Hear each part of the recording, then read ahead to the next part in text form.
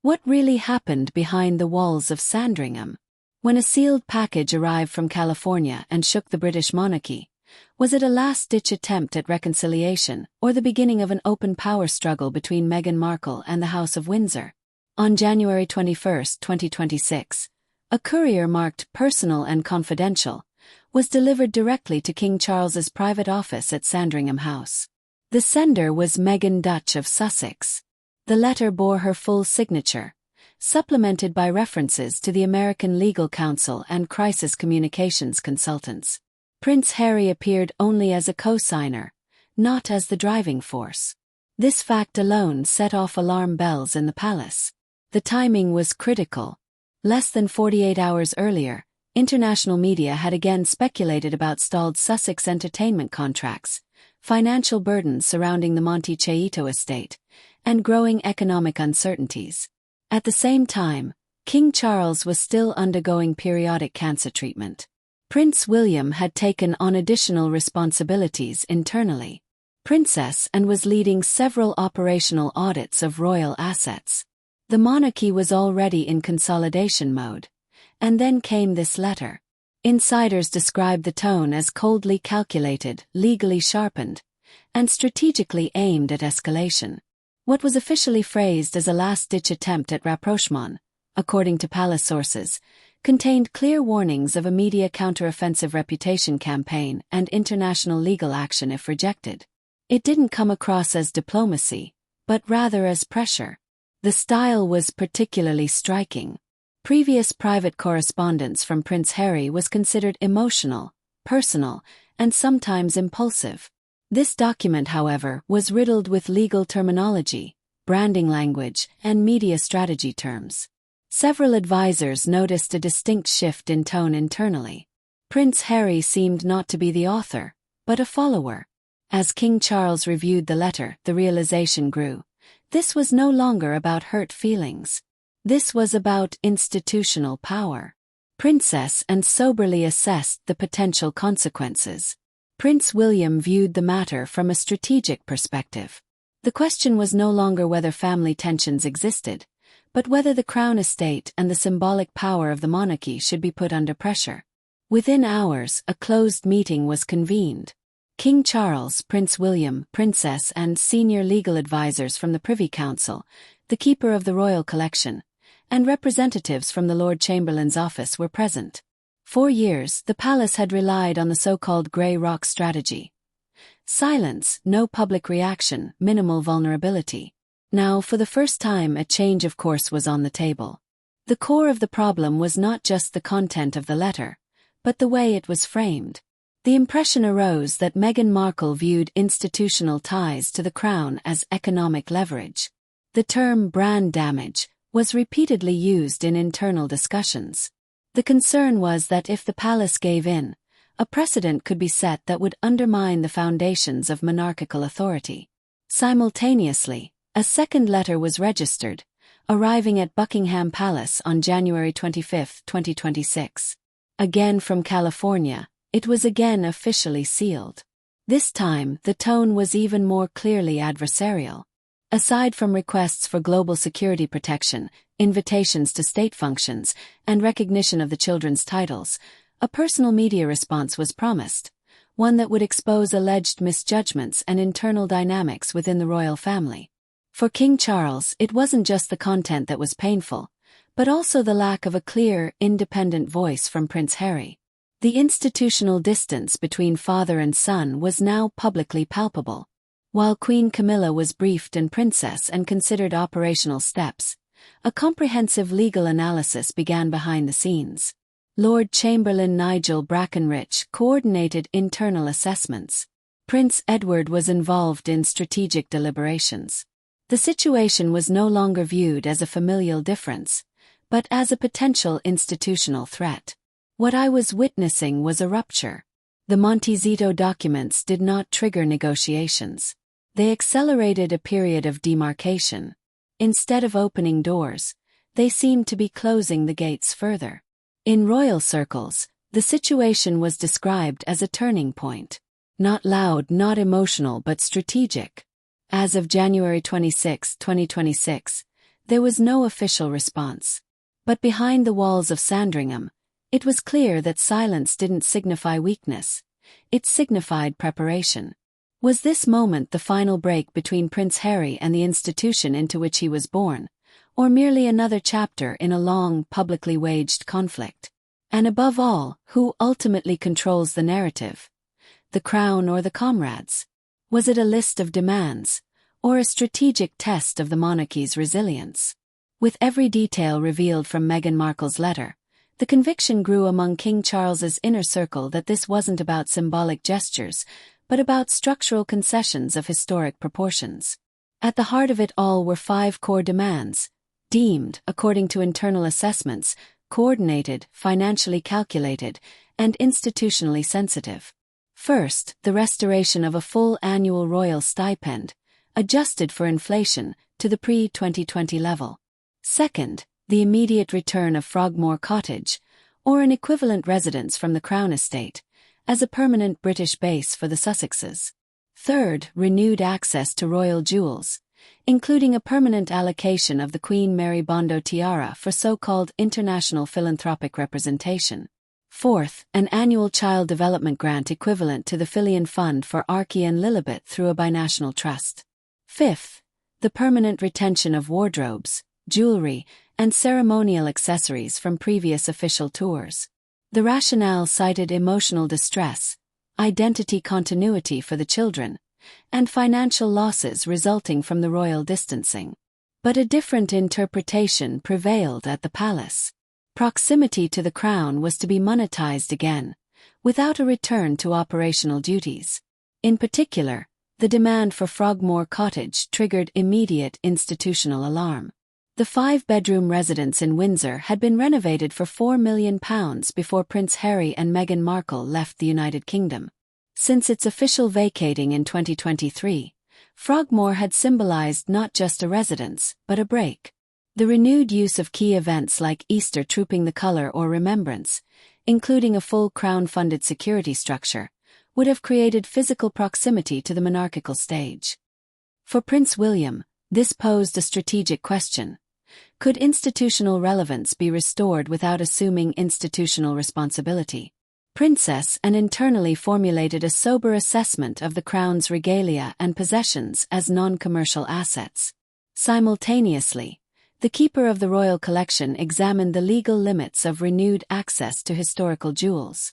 King Charles authorized no counteroffers, no symbolic compromises, and no confidential partial concessions. Several participants in the meeting described the decision as deliberately clear. All the demands listed were rejected, but the escalation did not stop there. At the same time, British security officials received a confidential briefing, internally codenamed Ivory Shield Lupus 88. The analysis painted a picture of possible media counteroffensives from Meghan Markle's inner circle. Among the suggestions was a 3-part Netflix project with the working title The Exiled Empath.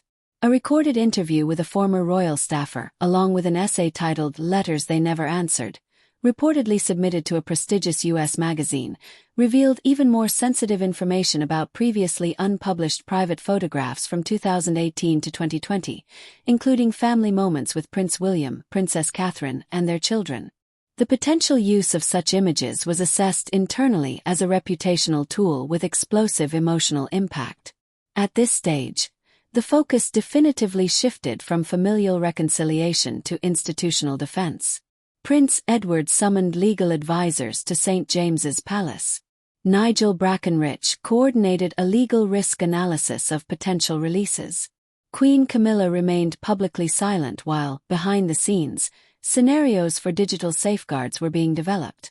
Particularly noteworthy was the increasing isolation of Prince Harry from the strategic discourse. Although his name appeared on the documents, his role was considered passive internally. Observers interpreted his silence not as neutrality, but as tacit approval. While social media was already speculating about a new global media offensive, the palace outwardly remained unmoved. But behind closed doors, work was underway on a tool that had rarely been used in modern times, Royal Decree 18-24S. The question was no longer whether a line should be drawn, but how permanent? Was this the moment when economic interests openly clashed with monarchical symbolism? Had Meghan Markle underestimated the fact that institutional power lies not only in titles but also in quiet unity? And what role does Prince Harry play when loyalty is torn between marriage and inheritance? The conflict was now heading toward an open media war. While legal reviews were underway within the palace, the dynamics increasingly shifted to the international stage. What had initially begun as an internal ultimatum developed into a global struggle for narrative control and strategic staging. Just hours after the second letter from California was registered, the first indications of a coordinated media strategy emerged. According to internal security briefings, Meghan Markle's inner circle was preparing a large-scale communications campaign. The codename Ivory Shield Lupus 88 referred not only to an analysis of the U.S. press landscape but also to concrete project plans. A three-part streaming series, tentatively titled The Exiled Empath, was intended to portray Meghan Markle as a misunderstood outsider. This was to be supplemented by an allegedly recorded interview with a former royal staffer and an essay titled Letters They Never Answered. Particularly sensitive was the potential use of archival footage from 2019 and 2020. Recordings from the time when Prince Harry and Meghan Markle were still officially working royals. Internal sources described scenes in which Prince Harry read to his son Archie. Meghan Markle spoke about protocol frustrations, and outtakes from coronation preparations were shown. The material had never been cleared for commercial release. For Princess Anne, it was clear that this wasn't about nostalgia but about strategic positioning. The use of private images, particularly those in which Princess Catherine, Prince William, and their children were indirectly recognizable, was deemed potentially escalating. Legal experts immediately examined copyright, security, and privacy options. At the same time, the media landscape became increasingly polarized. In London, headlines about an ultimatum from Montecito dominated, while in Los Angeles, some platforms signaled sympathy for Meghan Markle's position. The question of whether Prince Harry was a driving force or a passive follower during this period was intensely debated. His public silence fueled the speculation. The palace responded with a strategic realignment. Instead of continuing to rely solely on restraint, a controlled counteroffensive was prepared. Princess Anne activated the Strategic Press Stabilization Committee, a body originally developed during the Brexit years to coordinate institutional communications. This time, however, the focus was not on parliamentary tensions but on internal reputational risks. In parallel, Prince William, through his private staff, coordinated talks with leading law firms in London, New York, and Los Angeles. The aim was to prepare for potential injunctions should copyrighted material be released. Streaming platforms were alerted to potential copyright issues. The message was subtle but clear. The monarchy would not wait. Princess Catherine also assumed a central role in this context. While Queen Camilla maintained a low public profile and Prince Edward oversaw legal fine-tuning, Catherine was increasingly perceived as a moral counterpoint. Her presence, calmly structured and institutionally grounded, stood in stark contrast to the dynamic media strategy emanating from California. The decisive turning point came with a short, carefully produced video message from Princess Catherine in the East Gallery of Kensington Palace. Without directly referencing Meghan Markle or Prince Harry, she spoke about values such as respect, dignity, and family. The tone was matter-of-fact, the message clear. Institutional stability was not a trend, but an obligation. Within hours, her name was trending in over 30 countries. Simultaneously, a first teaser for the Exile or Empire project appeared online, allegedly deliberately leaked by someone close to Meghan Markle. Critics objected to its reality-like style and emotionally charged drama. The contrast between the official, almost stately calm and the media spectacle became the dominant narrative. Lady Louise Windsor also spoke out publicly on social media, implicitly siding with those who had remained within the institution. Her words were quickly picked up and interpreted by commentators as a symbolic generational message. In Montecito, meanwhile, reports of financial turmoil intensified. A leaked internal memo from Archwell warned of potential sponsorship losses and called for emergency rebranding measures. According to media reports, two major corporate partners had temporarily suspended their collaborations. Meanwhile, Prince Harry remained silent. It emerged that he had requested a direct meeting with Prince William, a request that was reportedly denied. The institutional distance had taken on a personal dimension. What was now emerging was more than a dispute between individuals. It was a conflict between staging and structure, between media dynamics and historical continuity. Who would ultimately shape the dominant narrative? The streaming platform or the throne? And above all, was the public stage truly the place where this conflict would be decided?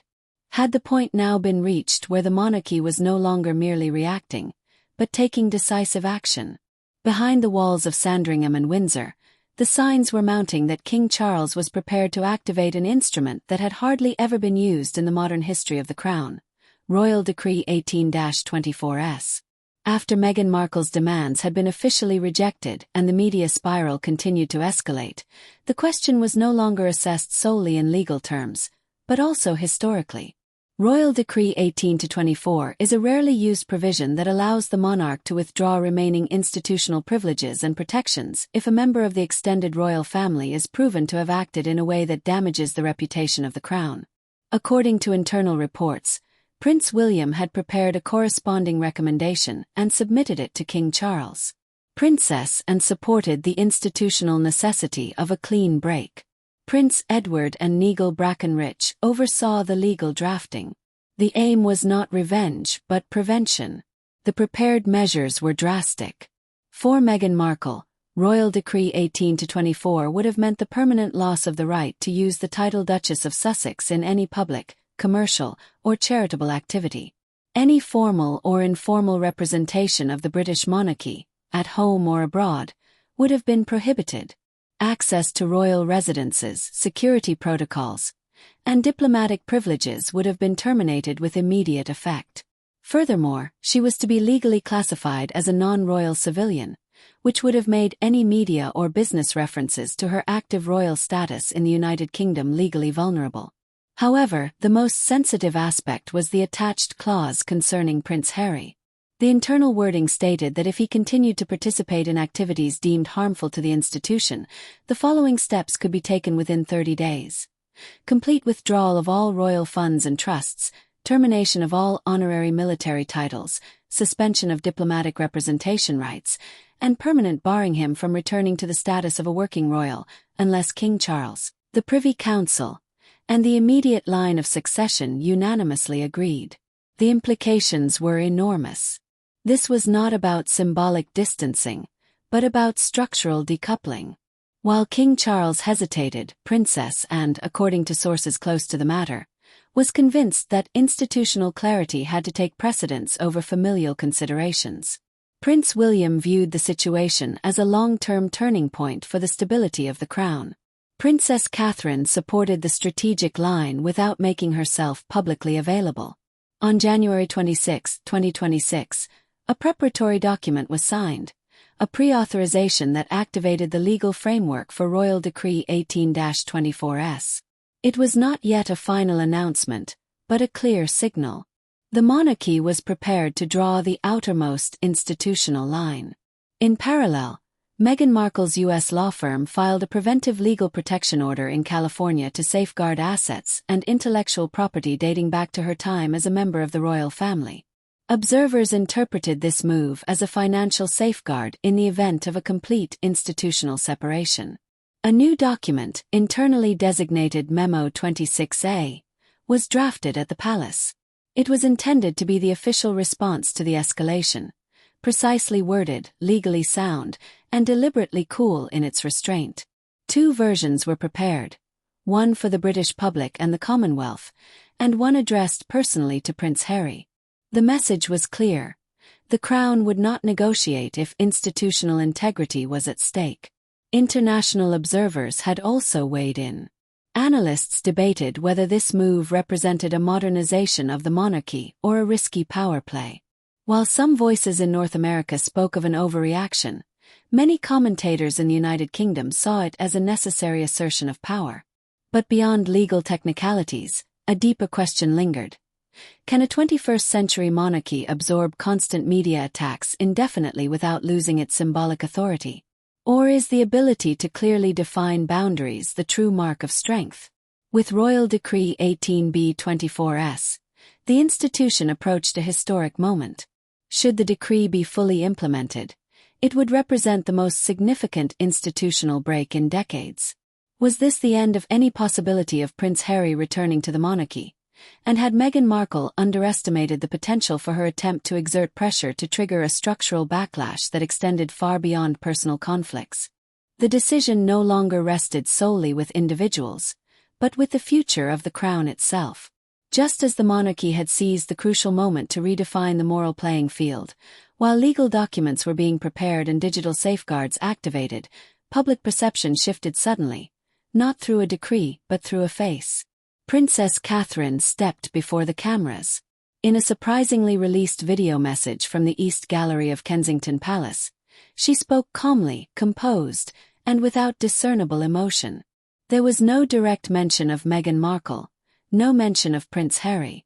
Yet the message was unmistakable. She spoke of respect, dignity, and family as principles not subject to the whims of the times. Values, she said, were not hashtags but commitments. Loyalty was to the truth, not to staging. Within hours, the video went viral worldwide. Princess Catherine's name trended in over 30 countries. Commentators praised the strategic elegance of her appearance. While Meghan Markle relied on emotional drama, the institution presented itself as an anchor of stability. The contrast was stark. Almost simultaneously, a teaser for Exile or Empire, a project associated with Meghan Markle, circulated online. Dramatic music, close-ups, fragmented sequences of private moments. The visual style was reminiscent of a reality documentary, not a dispassionate analysis. Critics described the style as emotionally overblown. Supporters saw it as an attempt to reveal their own version of the truth. But in the United Kingdom, a different mood prevailed. The debate shifted from who was wrong to who bore responsibility. Lady Louise Windsor published a brief statement on her verified account. Her words were quickly interpreted as a generational signal, an implicit show of support for King Charles, Prince William, Princess and Princess Catherine. The phrasing, which referred to those who had remained, was picked up and analyzed by commentators within hours. At the palace, King Charles read the reactions with quiet concentration. Observers described him as pensive, but composed. For many within the institution, it was clear. The moral line had been drawn. Prince William simultaneously intensified legal coordination. Discussions with law firms in London, New York, and Los Angeles continued. The goal remained to legally contain any potential publication of copyrighted material. Princess Anne oversaw the implementation of the so-called Protocol Storm phase, a coordinated strategy to secure trademarked images and digital archives. Queen Camilla remained in the background. Her withdrawal was interpreted in various ways, as strategic restraint or as a deliberate decision to leave the field to Princess Anne and Princess Catherine. In Montecito, however, the first signs of economic tension emerged. Internal indications from Archivell suggested uncertainties among sponsors and partners. 2 major collaborations were reportedly suspended. Nevertheless, Meghan Markle remained publicly unwavering. In a message distributed via Yasmin, she emphasized, "I will not be silent." Prince Harry, on the other hand, continued to refrain from making a public statement. Reports of a requested but unsuccessful attempt to contact Prince William reinforced the impression of growing isolation. Observers questioned whether his silence was strategic or resigned. The conflict had reached a new level. It was no longer just about claims, titles, or real estate. It was about credibility. With just a few minutes of video footage, Princess Catherine had shifted the narrative. Away from the drama towards duty. Away from accusation towards stability. Many analysts saw this as the decisive turning point. But was this already the final act, or merely the calm before a final escalation. Public opinion had visibly shifted, but the institutional consequences were still pending. Royal Decree 18-24S was prepared. Memo 26A was drafted. The legal safeguards were activated. The question remained: would Prince Harry take a step back, or had the story already taken on a life of its own? And above all, what carried more weight? Personal truth or institutional continuity? Was this now the final break, or merely the official confirmation of what had been brewing for years? On the morning of January 23, a decision was made behind the walls of Buckingham Palace and Windsor Castle that went far beyond personal differences. Memo 26A was activated. Described internally as the most precise institutional response since the Sussexes' withdrawal in 2020, the document marked a structural turning point.